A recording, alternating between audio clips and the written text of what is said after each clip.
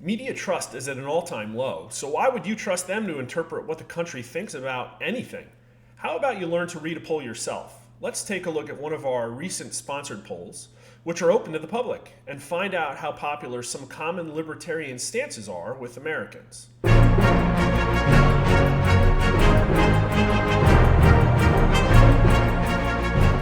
First, look at this chart. I'm not kidding.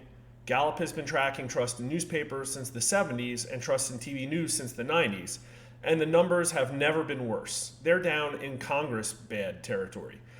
Now, knowing that, let's take a look at an article about political opinions on a mainstream news site. Here, you see the message they want you to take from the poll. Democrat midterm message outperformed the GOP message. And lo and behold, it's a poll they themselves sponsored. Scrolling down, I will tell you, looking at this article, what I do not see. The very first is the sample size of the poll. The larger a poll, the more accurate. If this poll was a study of only 500, the margin of error would be 4.5%. That means for any one number on the poll, there's a 95% chance that the true population average is within a 9-point spread. Or in this case, there's a reasonable chance the results of this poll could be completely flipped by as much as a few percentage points.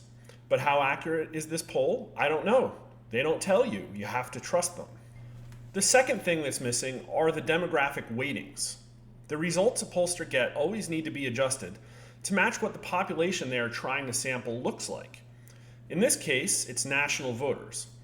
Pollsters typically weight by demographics like gender, age, race, party, ideology, and education.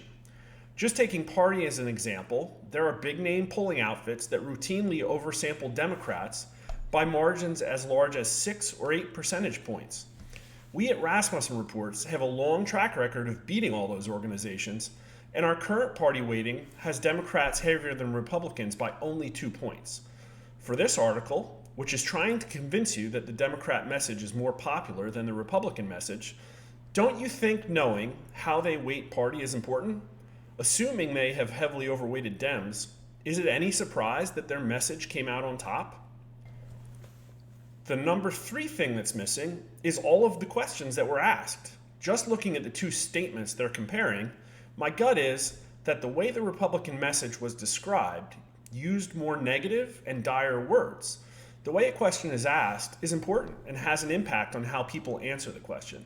In my experience, people always respond better to more agreeable and positive responses. When a pollster goes into the field to get responses, they are spending a lot of money, and they will pack in as many questions as they can get away with into their survey.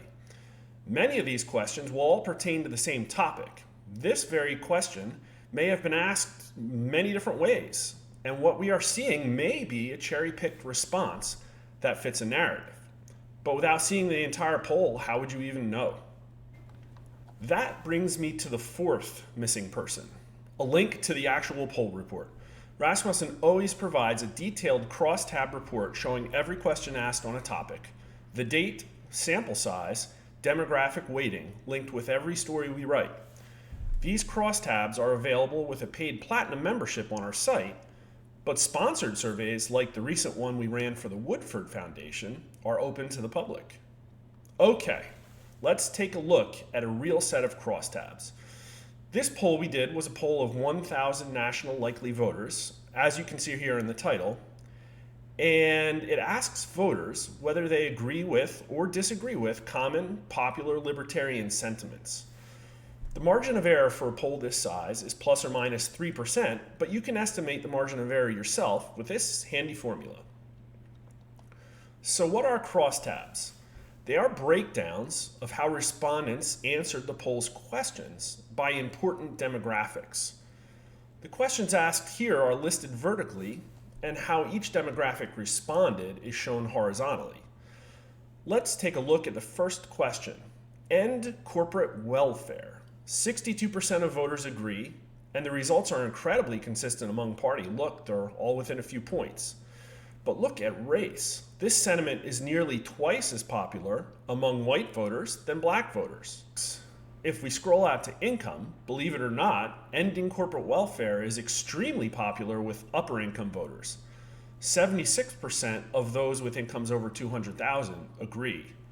But this group only has 60 people in it, which makes those results much less likely to be accurate than as compared with, say, people with incomes of 50 to 100,000. We had 4 times as many of them respond. Let's look at another question. Government welfare should be replaced with private charity. Only 34% of voters agree with that statement, but 15 points more men than women and almost twice as many Republicans as Democrats agree. Finally, let's scroll down and see the most important part, the survey weighting. This poll was weighted by gender, age, race, political party, and ideology to attempt to match Rasmussen Report's view of what the national electorate currently looks like. We heavily rely on actual election outcomes and make adjustments to compensate for the natural tendencies of where our respondents are sourced from. Here you can see that Democrats have a +2 advantage to Republicans, and there's also a very sizable portion of moderates and independents. If you aren't able to find this information about a poll, it is reasonable to assume that you may be being manipulated. So let's recap. Find the report, determine the sample size and margin of error, read all of the questions, and check for demographic weightings. Or, more importantly, find an organization with values who believes in transparency and accurate reporting of public opinion. If this video has been helpful to you, please like it, share it, subscribe to our channel, and follow us on Twitter. The link to the story and poll crosstabs will be in the description, as well as a link to sign up for daily email updates of all our polls.